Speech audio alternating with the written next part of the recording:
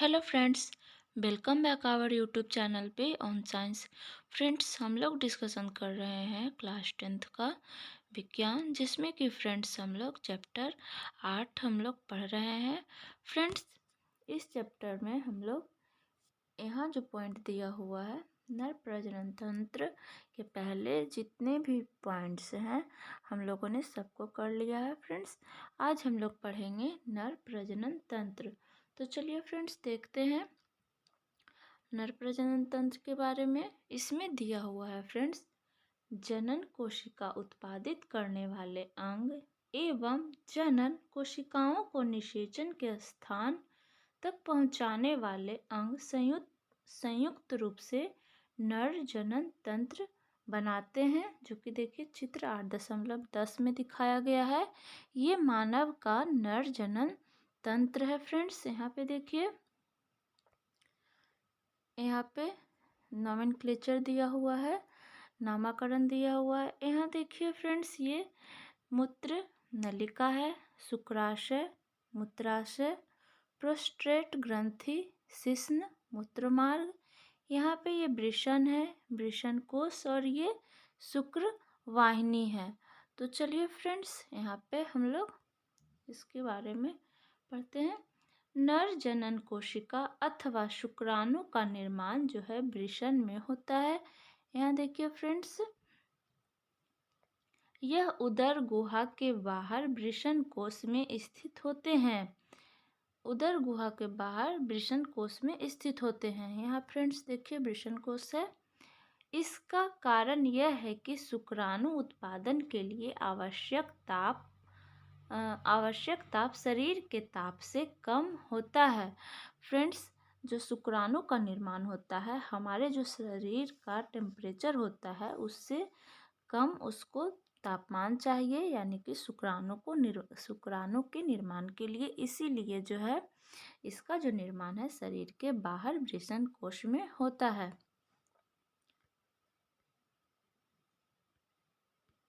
यहाँ देखिए फ्रेंड्स, आगे दिया हुआ है, टेस्टोस्टेरोन हार्मोन्स के उत्पादन एवं स्त्रवण में वृषण की भूमिका की चर्चा हम पिछले अध्याय में कर चुके हैं। शुक्राणु उत्पादन के नियंत्रण के अतिरिक्त टेस्टोस्टेरोन लड़कों में यौवनावस्था के लक्षणों का भी नियंत्रण करता है। हार्मोन्स के बारे में फ्रेंड्स नियंत्रण और समन्वय चैप्टर में दिया हुआ है, इसीलिए यहाँ पे लिखा हुआ है कि हम लोगों ने पिछले कक्षा में अध्ययन कर चुके हैं। आगे दिया हुआ है फ्रेंड्स, उत्पादित शुक्राणुओं का मोचन जो है शुक्र वाहिकाओं द्वारा। मोचन मतलब कि जो बनते हैं शुक्राणु उसका जो है बाहर निकलना। शुक्र वाहिकाओं मतलब कि जो शुक्राणु बाहर निकलते हैं, यहाँ देखिए फ्रेंड्स शुक्र वाहिनी है या इसी को शुक्र वाहिकाओं बोलेंगे, के द्वारा होता है। ये शुक्र वाहिकाएं मूत्राशय से आगे से आने वाली नली से जुड़कर एक संयुक्त नली बनाती है। अतः मूत्र मार्ग यानी कि यूरेथ्रा शुक्राणुओं एवं मूत्र दोनों के प्रवाह के उभय मार्ग हैं। मतलब कि ये जो नली है यूरेथ्रा मूत्र मार्ग, इसमें शुक्राणु एवं मूत्र दोनों का प्रवाह के उभय मार्ग यानी कि एक ही मार्ग है। प्रोस्टेट तथा शुक्राशय अपने स्राव मूत्र वाहिका में डालते हैं, जिससे शुक्राणु एक तरल माध्यम में आ जाते हैं। इसके कारण इसका स्थानांतरण सरलता से होता है। साथ ही यह स्राव उन्हें पोषण भी प्रदान करता है। शुक्राणु जो है सूक्ष्म संरचनाएं हैं, जिसमें मुख्यतः आनुवांशिक पदार्थ होते हैं। मतलब कि ये जो है माइक्रोस्कोपिक होते हैं। शुक्राणु को फ्रेंड्स हम लोग अपनी आँखों से नहीं देख सकते हैं। इसमें मुख्यतः क्या होते हैं, आनुवांशिक पदार्थ होते हैं, तथा एक लंबी पूंछ होती है जो उन्हें मादा जनन कोशिका की ओर तैरने में सहायता करती है। आगे है फ्रेंड्स मादा जनन तंत्र। इसमें दिया हुआ है फ्रेंड्स, मादा जनन कोशिकाओं अथवा अंड कोशिकाओं का निर्माण अंडाशय में होता है। वे कुछ हार्मोन भी उत्पादित करती है, जो कि चित्र 8.11 है। देखिए फ्रेंड्स, यहाँ 8.11 मानव का मादा जनन तंत्र। यहाँ देखिए अंड वाहिका है, इसको फैलोपियन ट्यूब भी कहा जाता है। ये जो भाग है निषेचन फ्रेंड्स यही होता है फैलोपियन ट्यूब में, यानी कि अंड वाहिका में। ये अंडाशय है, इसका अंग्रेजी ओवरी होता है। ये गर्भाशय है, ये ग्रीवा है और ये योनि है। तो आइए फ्रेंड्स देखते हैं चित्र 8.11 को ध्यान पूर्वक देखिए तथा मादा जनन तंत्र के विभिन्न अंगों को पहचानिए। लड़की के जन्म के समय ही अंडाशय में हजारों परिपक्व अंड होते हैं। यहाँ फ्रेंड्स देखिए अंडाशय, इसमें हजारों अंड जो है परिपक्व होते हैं। यौवना आरंभ में इसमें से कुछ परिपक्व होने लगते हैं। 2 में से एक अंडाशय द्वारा प्रत्येक माह एक अंड परिपक्व होता है। अब देखिए फ्रेंड्स, अंडाशय 2 है, यानी कि ओवरी 2 है, लेकिन प्रत्येक माह ये दोनों में से एक मंथ, मान लीजिए जनवरी में से एक अंड इस ओवरी में से परिपक्व हुआ तो दूसरे मंथ इस ओवरी से होगा परिपक्व होता है। महीन अंडवाहिका अथवा फैलोपियन ट्यूब द्वारा यह अंड कोशिका गर्भाशय तक ले जाए जाते हैं। अब देखिए फ्रेंड्स, यहाँ पर जो है अंड परिपक्व होता है और ये देखिए फैलोपियन ट्यूब जो है एक पतली नली होता है और यहाँ से गर्भाशय में ले जाया जाता है। दोनों अंड वाहिकाएं संयुक्त होकर एक लचीली थैली नुमा संरचना का निर्माण करती है, जिसे गर्भाशय कहते हैं। देखिए इसे गर्भाशय कहते हैं। गर्भाशय ग्रीवा द्वारा योनि में खुलता है और ये जो है ग्रीवा द्वारा यहाँ योनि में खुलता है। आगे दिया हुआ है फ्रेंड्स,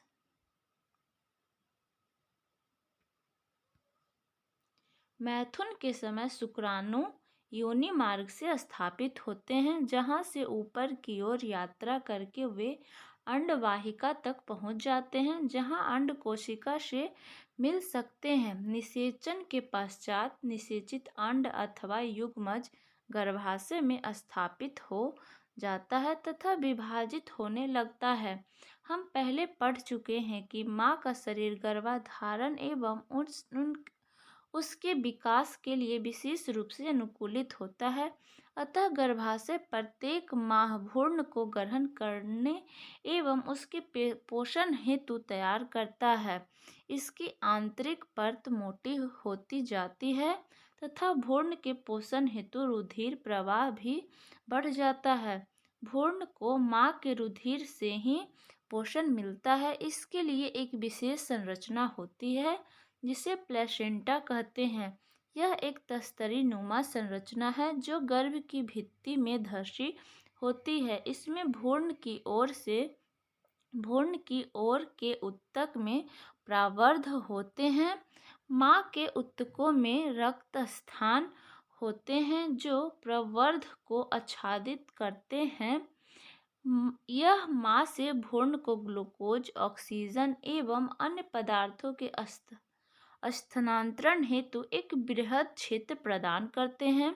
विकासशील भ्रूण द्वारा अपशिष्ट पदार्थ उत्पन्न होते हैं, जिसका निपटान उन्हें प्लेसेंटा के माध्यम से माँ के रुधिर में स्थानांतरण होता है।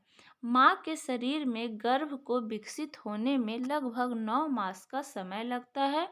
गर्भाशय के पेशियों के वलयबद्ध संकुचन से शिशु का जन्म होता है। आगे है फ्रेंड्स, क्या होता है जब अंड का निषेचन नहीं होता है? तो फ्रेंड्स इसका उत्तर हो जाएगा, देखिए, यदि अंड कोशिका का निषेचन नहीं हो तो यह लगभग 1 दिन तक जीवित रहती है। क्योंकि अंडाशय प्रत्येक माह एक अंड का मोचन करता है, अतः निषेचित अंड की प्राप्ति हेतु गर्भाशय भी प्रति माह तैयारी करता है, अतः इसकी अंतः भित्ति मांसल एवं स्पॉन्जी हो जाती है। यह अंड के निषेचन होने की अवस्था में उसके पोषण के लिए आवश्यक है, परंतु निषेचन न होने की अवस्था में इस परत की भी आवश्यकता नहीं रहती, अतः यह परत धीरे धीरे टूटकर योनि मार्ग से रुधिर एवं म्यूकस के रूप में निष्कासित होती है। इस चक्र में लगभग 1 मास का समय लगता है तथा इसे ऋतुस्राव अथवा रजोधर्म कहते हैं। इसकी अवधि लगभग 2 से 8 दिनों की होती है। आगे है फ्रेंड्स जनन स्वास्थ्य। जैसा कि हम देख चुके हैं कि लैंगिक परिपक्वता एक क्रमिक प्रक्रम है तथा यह उस समय होता है जब शारीरिक वृद्धि भी होती रहती है, अतः किसी सीमा आंशिक रूप से तक लैंगिक परिपक्वता का अर्थ यह नहीं है कि शरीर अथवा मस्तिष्क जनन क्रिया अथवा गर्भाधान योग्य हो गए हैं। हम यह निर्णय किस प्रकार ले सकते हैं कि शरीर एवं मस्तिष्क इस मुख्य उत्तरदायित्व के योग्य हो गया है, इस विषय पर हम सभी पर किसी न किसी प्रकार का दबाव है।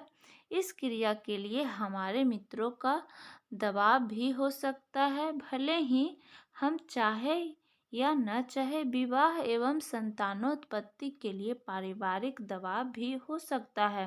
संतानोत्पत्ति से बचकर रहने का सरकारी तंत्र की ओर से भी दबाव हो सकता है। ऐसी अवस्था में कोई निर्णय लेना काफी मुश्किल हो सकता है। यौन क्रियाओं के स्वास्थ्य पर पड़ने वाले प्रभाव के विषय में भी हमें सोचना चाहिए। हम कक्षा 9 में पढ़ चुके हैं कि एक व्यक्ति से दूसरे व्यक्ति को रोगों का संचरण अनेक प्रकार से हो सकता है, क्योंकि यौन क्रिया में प्रगाढ़ शारीरिक संबंध स्थापित होते हैं। अतः इसमें आश्चर्य की कोई बात नहीं है कि अनेक रोगों का लैंगिक संचरण भी हो सकता है। इसमें जीवाणु जनित जैसे गोनोरिया तथा सिफिलिस एवं वायरस संक्रमण जैसे कि मशा, वार्ट तथा HIV एड्स शामिल हैं। लैंगिक क्रियाओं के दौरान क्या इन रोगों के संचरण का निरोध संभव है? शिश्न के लिए आवरण अथवा कंडोम के प्रयोग से इसमें से अनेक रोगों का संचरण का कुछ सीमा तक निरोध संभव है। यौन यानी कि लैंगिक क्रिया द्वारा गर्भाधान की संभावना सदा ही बनी रहती है। गर्भाधान की अवस्था में स्त्री के शरीर एवं भावनाओं की मांग एवं आपूर्ति बढ़ जाती है एवं यदि वह इसके लिए तैयार नहीं है तो इसका उसके स्वास्थ्य पर विपरीत प्रभाव पड़ता है। अतः गर्भाधान रोकने के अनेक तरीके खोजे गए हैं। यह गर्भरोधी तरीके अनेक प्रकार के हो सकते हैं। एक तरीका यांत्रिक अवरोध का है, जिससे शुक्राणु अंड कोशिका तक न पहुंच सके। शिश्न को ढकने वाले कंडोम अथवा योनि में रखने वाली अनेक युक्तियों का उपयोग किया जा सकता है। दूसरा तरीका शरीर में हार्मोन संतुलन के परिवर्तन का है, जिससे अंड का मोचन ही नहीं होता, अतः निषेचन नहीं हो सकता। ये दवाएं सामान्यतः गोली के रूप में ली जाती है, परंतु ये हार्मोन संतुलन को परिवर्तित करती है, अतः इसके कुछ विपरीत प्रभाव भी हो सकते हैं। गर्भाधान को रोकने के लिए कुछ अन्य युक्तियां जैसे कि लूप अथवा कॉपर टी को गर्भाशय में स्थापित करके भी किया जाता है, परंतु गर्भाशय के उत्तेजन से भी कुछ विपरीत प्रभाव हो सकते हैं। यदि पुरुष की शुक्र वाहिनियों को अवरुद्ध कर दिया जाए तो शुक्राणुओं का स्थानांतरण रुक जाएगा। यदि स्त्री की अंड वाहिनी अथवा फैलोपियन नलिका को अवरुद्ध कर दिया जाए तो अंड यानी कि डिंब गर्भाशय तक नहीं पहुंच सकेगा। दोनों ही अवस्थाओं में निषेचन नहीं हो पाएगा। शल्य क्रिया तकनीक द्वारा इस प्रकार के अवरोध उत्पन्न किए जा सकते हैं। यद्यपि शल्य तकनीक भविष्य के लिए पूर्णतः सुरक्षित है, परंतु असावधानीपूर्वक की गई शल्य क्रिया से संक्रमण अथवा दूसरी समस्याएं उत्पन्न हो सकती है। शल्य क्रिया द्वारा अनचाहे गर्भ को हटाया भी जा सकता है। इस तकनीक का दुरुपयोग उन लोगों के द्वारा किया जा सकता है जो किसी विशेष लिंग का बच्चा नहीं चाहते हैं। ऐसा गैर कानूनी कार्य अधिकतर माता गर्भ के चयनात्मक गर्भपात हेतु किया जा रहा है। एक स्वस्थ समाज के लिए मादा नर लिंग अनुपात बनाए रखना आवश्यक है। यद्यपि हमारे देश में भ्रूण लिंग निर्धारण एक कानूनी अपराध है, हमारे समाज की कुछ इकाइयों में मादा भ्रूण की निर्मम हत्या के कारण हमारे देश में शिशु लिंग अनुपात तीव्रता से घट रहा है, जो चिंता का विषय है। हमने पहले देखा कि जनन एक ऐसा प्रक्रम है जिसके द्वारा जीव अपनी समष्टि की वृद्धि करते हैं। एक समष्टि में जन्म दर एवं मृत्यु दर उसके आकार का निर्धारण करते हैं। जनसंख्या का विशाल आकार बहुत लोगों के लिए चिंता का विषय है। इसका मुख्य कारण यह है कि बढ़ती हुई जनसंख्या के कारण प्रत्येक व्यक्ति के जीवन स्तर में सुधार लाना दुष्कर कार्य है। यदि सामाजिक असमानता हमारे समाज के निम्न जीवन स्तर के लिए उत्तरदायी है तो जनसंख्या के आकार का महत्व इनके लिए अपेक्षाकृत कम हो जाता है। यदि हम अपने आसपास देखें तो क्या आप जीवन के निम्न स्तर के लिए उत्तरदायी तो सबसे महत्वपूर्ण कारण की पहचान कर सकते हैं? तो फ्रेंड्स, इसका सबसे महत्वपूर्ण या बड़ा कारण तो यही हो सकता है कि इसका जो है जनसंख्या, हमारी जनसंख्या का आकार बहुत बड़ा है। तो फ्रेंड्स, इसके बाद है प्रश्न, जिसमें कि 5 प्रश्न दिए हुए हैं। पहला है परागन क्रिया निषेचन से किस प्रकार भिन्न है? शुक्राणु एवं प्रोस्टेट ग्रंथि की क्या भूमिका है? तीसरा है यौवनारंभ के समय लड़कियों में कौन से परिवर्तन दिखाई देते हैं? चौथा, माँ के शरीर में गर्भस्थ भ्रूण को पोषण किस प्रकार प्राप्त होता है? और पांचवा, यदि कोई महिला कॉपर टीका प्रयोग कर रही है तो क्या उसकी यौन संचारित रोगों से रक्षा करेगा? तो फ्रेंड्स, पहले हम लोग इन सभी क्वेश्चनों का आंसर देखेंगे और उसके बाद ये जो यहाँ पे दिया हुआ पॉइंट आपने क्या सीखा उसको भी डिस्कशन करेंगे।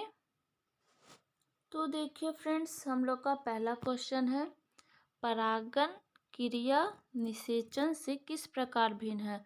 तो फ्रेंड्स, इसका उत्तर हो जाएगा परागन क्रिया पराग कणों के परागकोश से वर्तिकाग्र तक पहुँचने की क्रिया को परागन क्रिया कहते हैं। इस प्रक्रिया में किसी प्रकार के 2 कोशिकाओं में संलयन नहीं होता है।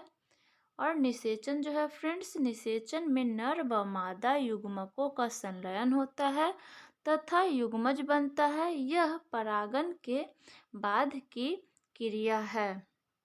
क्वेश्चन नंबर 2 है फ्रेंड्स, शुक्राशय एवं प्रोस्टेट ग्रंथि की क्या भूमिका है? तो इसका उत्तर हो जाएगा नर जनन तंत्र में कुछ ग्रंथियां जैसे कि शुक्राशय एवं प्रोस्टेट ग्रंथियां होती है।